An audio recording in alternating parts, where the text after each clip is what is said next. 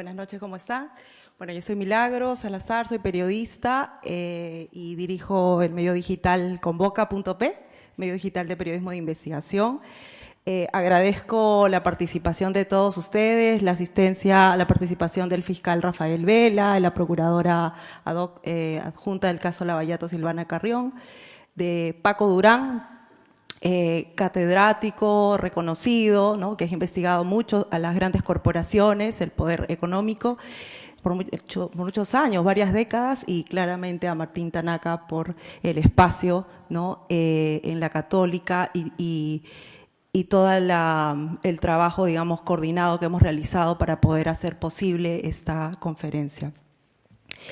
El objetivo de esta publicación digital es poder poner a disposición de la audiencia, de los ciudadanos, de las autoridades, un conjunto de investigaciones periodísticas que hemos realizado varios periodistas en América Latina y África también, porque como sabemos el caso de corrupción Lavallato, si bien es cierto, se originó la investigación en marzo del 2014 en Brasil, tiene sus conexiones en el continente, a lo largo del continente y también en África, fundamentalmente en África, estamos hablando de Mozambique y Angola, y la propia compañía ha reconocido, en el caso de Odebrecht, ha reconocido pagos ilícitos a lo largo de 12 países.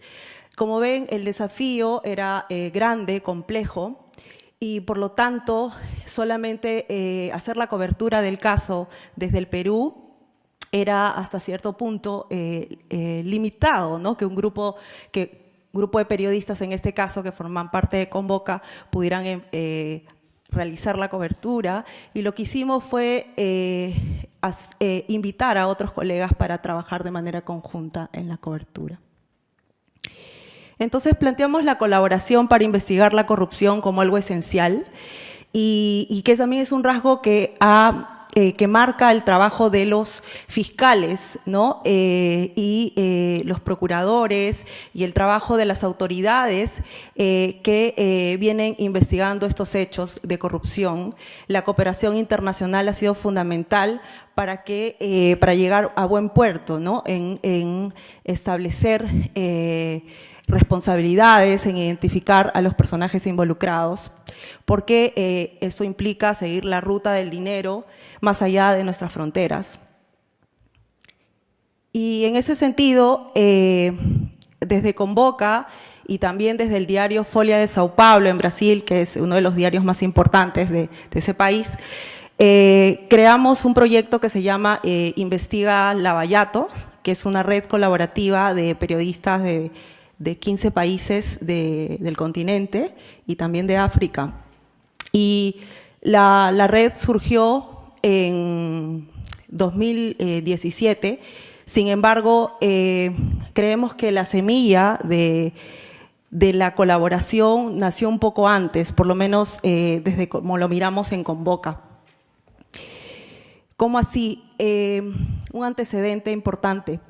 En junio del 2015, en Convoca publicamos una investigación, un reportaje sobre que en ese entonces los presuntos pagos de coimas para el expresidente Alejandro Toledo por la carretera interoceánica, pero que en este caso provenían de Camargo Correa, ¿no?, otra constructora brasileña investigada en el caso Lavallato. Y estos documentos fueron incautados por la Policía Federal de Brasil en Sao Paulo, y nosotros accedimos a esta información por un trabajo de colaboración con periodistas de Brasil y también con otros colegas en América Latina. En ese momento, el objetivo era investigar las inversiones de las empresas brasileñas en el continente y fundamentalmente las que estaban siendo financiadas o recibían un apoyo importante del Banco Nacional de Desarrollo Social de Brasil, el BNDES. Ese era el objetivo en el 2015. Ya para entonces había estallado el caso Lavallato un año antes en Brasil, en el 2014. Y a partir de estos documentos, nosotros echamos luces sobre una obra largamente cuestionada, que era la carretera interoceánica sur. Siempre se cuestionó que la obra no había pasado por el SNIP y una serie de irregularidades en la opinión pública, pero nunca se había logrado mostrar alguna información que apunte a que hubo pagos ilícitos por esa carretera hasta ese momento. Es importante decir que los documentos que se obtuvieron formaban parte de la operación Castillo de Arena, que hablando con las autoridades que investigaron el caso, con la procuradora Karen Kan, que estuvo a cargo de la investigación de Castillo de Arena en Brasil, ella recuerda este caso como el pre-Lavallato, como el Lavallato que no pudo ser, por decirlo de alguna manera, en el sentido de que también, al igual que Odebrecht, Camargo Correa pagó sobornos y financió campañas electorales, no solo en Brasil, sino en Perú, en Bolivia y en otros países del continente y también nuevamente de África. Tras esta primera revelación periodística, el Ministerio Público abrió una investigación para poder seguir, digamos, el rastro del dinero, y es ahí en donde en ese año se llega a las cuentas de Joseph Maiman y los depósitos provenientes de Camargo Correa.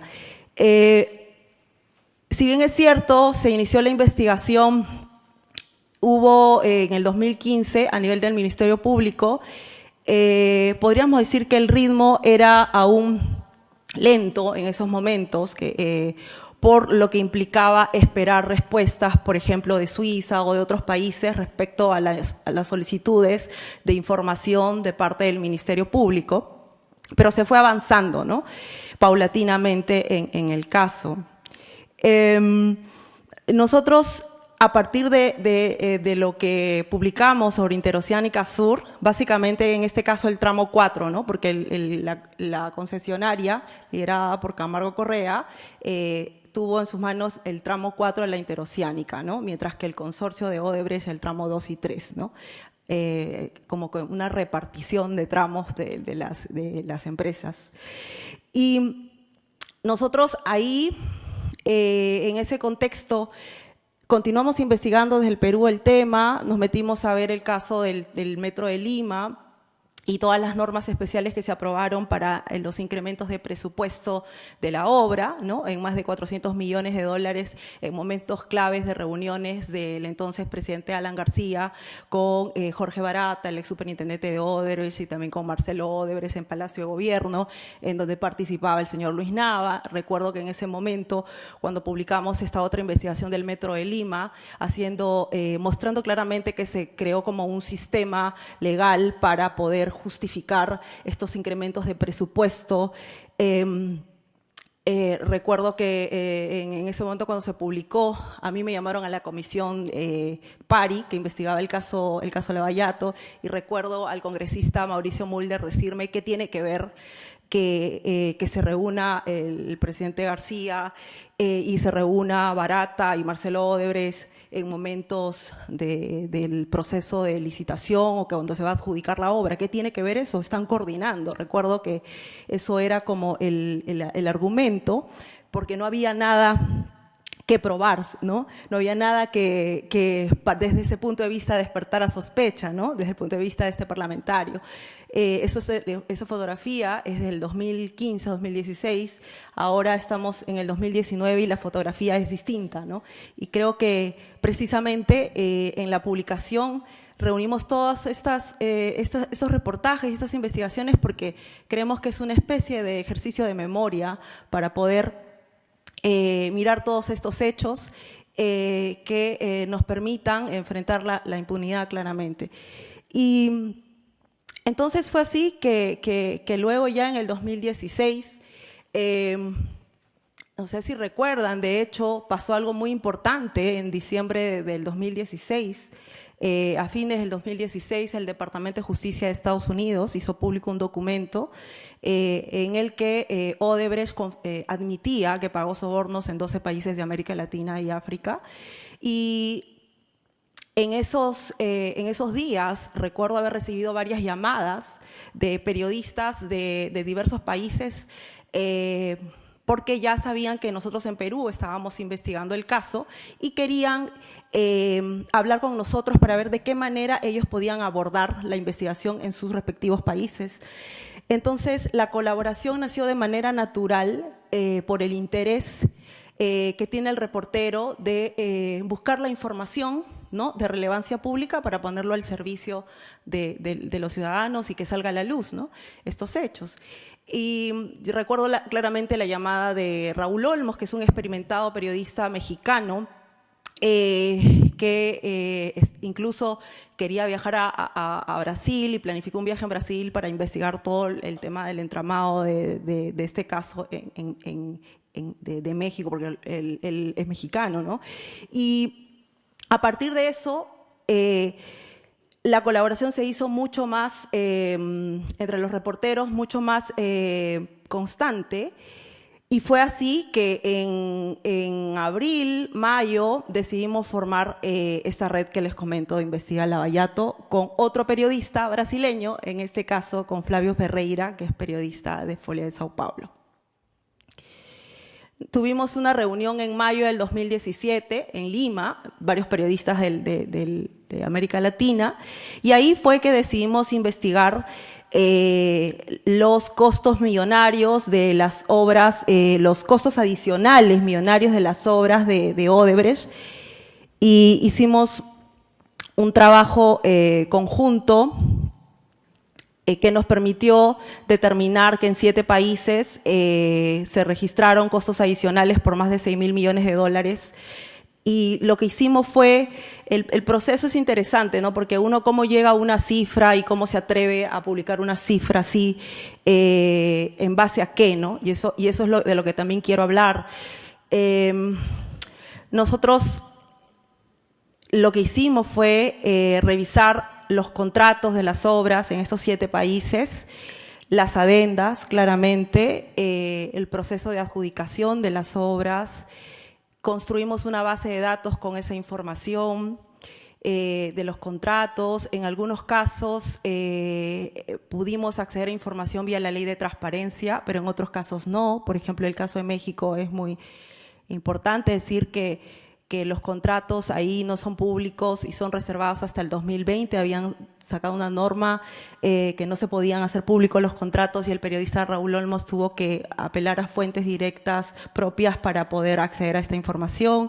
En el caso de Perú obtuvimos los documentos, pero sobre todo hasta noviembre del 2016, porque habíamos ya acumulado esa información, porque cuando Odebrecht, se sabe que Odebrecht admitió los pagos de sobornos en diciembre del 2016, a fines de 2016, ya las instituciones públicas nos decían que esa información no se podía entregar porque estaba ya las obras bajo sospecha, y entonces fue una gran dificultad para nosotros y tuvimos que cultivar otras fuentes para poder acceder a estos expedientes técnicos. Bueno, acá hay una relación de los pedidos de información, de parte de los pedidos de información que hacíamos, llevábamos un registro detallado de todos los pedidos, la insistencia de los pedidos de información.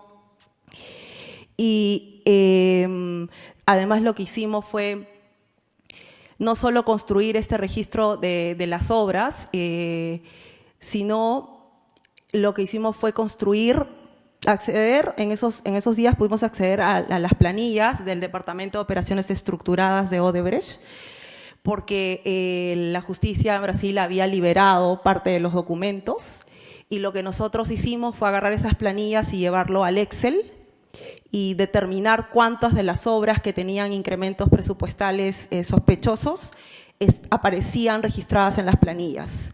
Entonces, determinamos que había un 31% de estas obras que aparecían, por lo menos en este grupo de documentos que habíamos sistematizado, que fueron más de 10.000 documentos en total que pudimos procesar entre planillas del Departamento de Operaciones Estructuradas de Odebrecht, contratos, adendas, en fin, una serie de documentaciones. Y esta es la base de datos que construimos de manera conjunta los periodistas. Es importante decir que nuestra ambición fue poder investigar los 12 países, pero había huecos de información en algunos y entonces no publicábamos en aquellos casos donde la información no era clara, ¿no? Entonces sacábamos la información de la base de datos y solo publicamos aquello que podíamos defender públicamente, ¿no? Porque ustedes saben que investigar, uno no puede salir libremente y decir esto es lo que pasa y no tener un sustento y claridad, ni tampoco, y no tener una metodología sólida, ¿no? Para mostrar la información. Es importante decir que fue muy relevante también el trabajo colaborativo, no solo para construir esta base de datos de manera conjunta o acceder a los documentos y procesarlos de manera conjunta, sino también a nivel del impacto es muy importante porque publicamos todo esto en simultáneo, ¿no? En los 7 países, en los medios, ¿no? Donde cada participante de la red, ¿no? Trabajaba. Y también a la hora de hacer la confrontación de los hallazgos con la propia empresa Odebrecht fue muy importante porque es diferente decir yo soy una periodista de Perú que quiero saber por qué hay estas adendas y estos documentos y por qué están estas rúbricas extrañas y por qué tal, que decir, bueno, somos más de 20 periodistas en tal número de países que estamos investigando todas las obras que usted ha ejecutado, ¿no? En este continente y también en África, ¿no? Es diferente. Y definitivamente la empresa en Brasil, bueno, nos atendió, nos dieron la información y pudimos confrontar estos hechos. Claro que ellos consideraban en ese momento que básicamente esos costos adicionales no se debían a que hubo por medio pagos ilícitos, ¿no? Sino claramente que era lo que pasaba en los proyectos de infraestructura, ¿no? Que es bien complejo investigar el tema de sobrecostos, eso de hecho el fiscal Vela podría hablar un poco más, porque nosotros lo que hacíamos era desde lo que podíamos señalar sin meternos en líos legales o que nos manden, nos pongan una denuncia, ¿no? O una carta notarial. Bueno, y bueno, hicimos la publicación en simultáneo, en Folia se publicó un domingo, tuvo un gran impacto en el sentido de que reacciones, en Brasil sobre todo, y entiendo que hubo un compromiso en su momento en el Ministerio Público de seguir esa línea también de investigación sobre los sobrecostos, sobre estos incrementos de presupuesto, ¿no? Sí. Estos hallazgos, además los reportajes, es importante decir que también quisimos publicar los hallazgos en diversos formatos, no solo en el reportaje tradicional del texto, sino también hicimos una aplicación web. Ustedes pueden acceder en convoca.p a un buscador de proyectos con estos sobrecostos o estos incrementos de presupuesto y también pueden explorar otros aplicativos sobre el tema. Otro momento importante para del trabajo que hicimos y que ustedes pueden encontrar en la publicación digital son los archivos de la operación, los documentos de la operación Castillo de Arena, pero ya no solo de estas anotaciones respecto a la carretera interoceánica que les mencioné, que publicamos en junio del 2015, sino que luego, en el 2017, cuando yo conozco a Flavio Ferreira del Folha de Sao Paulo, me doy con la sorpresa de que Flavio era el periodista que más había investigado precisamente ese caso, Castillo de Arena, y que tenía acceso a todo el volumen de información, la información voluminosa de toda la operación, de todos los documentos incautados. ¿Y qué hicimos con toda esa información? Nuevamente, construimos una base de datos y compartimos los documentos con colegas de esos países cuando detectábamos que había una mención a una obra o a un personaje de determinado país, ¿no? Es importante decir que el caso fue anulado por la justicia brasileña, pero no por falta de pruebas, sino porque la defensa de Camargo Correa adujo que las interceptaciones telefónicas que se hicieron se basaron en una denuncia anónima y bueno, ahí hubo todo un tema legal, ¿no? Pero que finalmente hizo que el caso se anulara y el caso, digamos, quedó enterrado, por decirlo de una manera, pero como sabemos, si en la vía legal un caso se anula, para el periodismo eso no es un obstáculo, porque lo que nosotros buscamos es acceder a la verdad y poner a disposición de la gente esta información de relevancia pública. Y eso fue lo que nos tocaba hacer, ¿no? Además, en un contexto en el que la compañía pedía, y hasta ahora lo pide, que se desaparezca, que se incineren esos documentos de la operación Castillo de Arena. Y en ese contexto de ese pedido de la empresa dijimos, vamos a publicar lo que tenemos. Y eso hicimos y publicamos, abrimos otra caja de Pandora, por decirlo de una manera. Se rescataron más de 1000 documentos archivados durante una década sobre pagos de coimas y financiamiento oculto de campañas electorales de la constructora Camargo Correa en América Latina y África. Y hicimos una serie de publicaciones en Perú, ¿no? También en otros países como Bolivia, sobre México, sobre Argentina. Y respecto a Perú, ahí quisiera mencionar un reportaje en realidad puntual que publicamos, que era referente a unas conversaciones unos correos, un intercambio de correos electrónicos entre directivos de Camargo Correa, digamos, entre Marcos de Moura Vanderlei, que era el barata de Camargo Correa en el Perú, el máximo directivo de la empresa aquí, y un alto directivo de Camargo en Brasil, respecto al apoyo a la campaña de Alan García en el 2006. Y claramente en esas conversaciones se ve cómo a Camargo Correa le preocupaba porque sabía que Odebrecht ya había apoyado la campaña de Alan García en ese momento, de la campaña que precisamente lo llevó al poder, y como sabemos, Barata ha confirmado ese aporte, ¿no? en el caso de García. Y cuando nosotros publicamos este reportaje, obviamente vino el ataque, porque los ataques, bueno, ya son pan de cada día en este caso, ¿no? En la cobertura de este caso. Y por parte del expresidente García, siempre desde su cuenta de Twitter, y para eso fue muy importante la alianza con otro medio de comunicación en el país, que fue América Televisión, con el programa Cuarto Poder, porque sabíamos que el ataque venía. Entonces, si el ataque viene, pues uno tiene que estar preparado para, a más intención de acallar algo que merece conocerse, uno redobla las fuerzas para que eso se conozca. Y eso lo hicimos a nivel de un canal de televisión que tiene mayor difusión, ¿no? Que desde un medio digital quizás. Y luego de eso, de todo el caso Camargo Correa, ya vino una investigación referente a toda la documentación, bueno, no toda, pero parte de la documentación de la banca privada de Andorra, ¿no? Como sabemos, Andorra es un destino muy importante, un lugar por donde pasó y se trianguló, ¿no? el pago de dinero. Y en este caso obtuvimos, no de Brasil ni de mismo Andorra, sino fue a través de una colega argentina, Emilia Delfino, que nos dijo, Mili, me ha llegado, tengo un montón de información sobre Andorra, donde está mencionado Perú, tal y tal país y tal, y hay un montón de información y yo con esto no puedo sola, así que necesitamos trabajar juntos.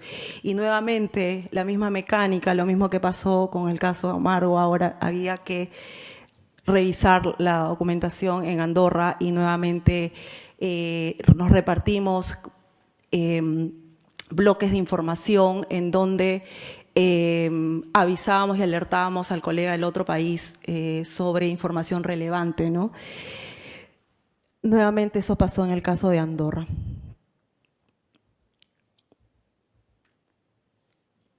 Bueno, aquí esto es de Camargo, bueno, estas son las historias de de otros países. Y también quería, de repente, a partir de esta imagen, también decirles que fue muy importante poder publicar no solo las historias en español, sino también en portugués para tener un mayor alcance y hacer un seguimiento detallado del tema en otras notas también, no solo en los mismos reportajes, las investigaciones, las series investigativas, sino en notas de seguimiento. ¿Qué es lo que ustedes van a encontrar, si tuviera que resumir, qué van a encontrar en la publicación, ¿no? Que ahora ustedes pueden tener, al que pueden tener acceso, ¿no? Son estas series investigativas de las que les he hablado y que hablarles de cada uno de los reportajes significaría tomarme bastante tiempo y la verdad creo que va a ser muy valioso poder escuchar a los miembros del panel. Y van a encontrar estas series investigativas, las coberturas especiales que hemos hecho, porque si bien es cierto, cuando un periodista va a cubrir los interrogatorios de los fiscales peruanos del caso Lavallato, que están haciendo un excelente trabajo, un trabajo admirable realmente, uno como periodista le toca desconfiar de lo que dice el delator, de lo que dice el colaborador también, porque esa es nuestra misión, ¿no? Dudar para poder confrontar eso con los hechos. También esas coberturas especiales implican hacer un trabajo de dar cuenta, sí, de lo que se señala en los interrogatorios, por ejemplo, ¿no? por citar un ejemplo, pero también ir más allá para encontrar otras líneas de investigación y poder complementar quizás lo que el colaborador en su momento no ha dicho, ¿no? Hemos publicado diversas aplicaciones web, diversas infografías, materiales que ustedes van a poder explorar en la aplicación. Y decir que también creo que desde el trabajo que hemos hecho hemos podido revelar varios mecanismos que usó la empresa con complicidad de funcionarios públicos para justificar, por ejemplo, estos incrementos millonarios de costos adicionales. Están los pagos ilícitos de Camargo Correa en Perú y otros países. Está lo de Andorra que les mencioné. Y creo que logramos crear una metodología de trabajo que cada vez se consolida porque nos ha dejado un gran aprendizaje el caso Lavallato, ¿no? Varios de nosotros hemos investigado la corrupción desde nuestro papel de reporteros, pero creo que la complejidad de este caso nos invita a convertirnos en unos estudiosos de estos esquemas de corrupción, en asumir nuestro rol con total responsabilidad y forjarnos de manera clara y de manera responsable en la metodología para poder sostener cada caso cada aspecto de lo que se revela, ¿no? La publicación, ustedes van a encontrarlo, tienen ahí unas cartillas de donde pueden, en el código QR, pueden acceder al código QR y acceder a la publicación. Y decirles como idea final que creemos que el periodismo es servicio público ante todo y creo que ahí hay un punto de convergencia con las autoridades que investigan el caso, ¿no? Y que antes que competir, lo más importante para los periodistas debe ser llegar a la verdad y el camino más seguro para poner al descubierto la corrupción transnacional es el trabajo en equipo y la colaboración entre reporteros y profesionales también de otras disciplinas, por supuesto. Les agradezco que estén aquí. Muchísimas gracias.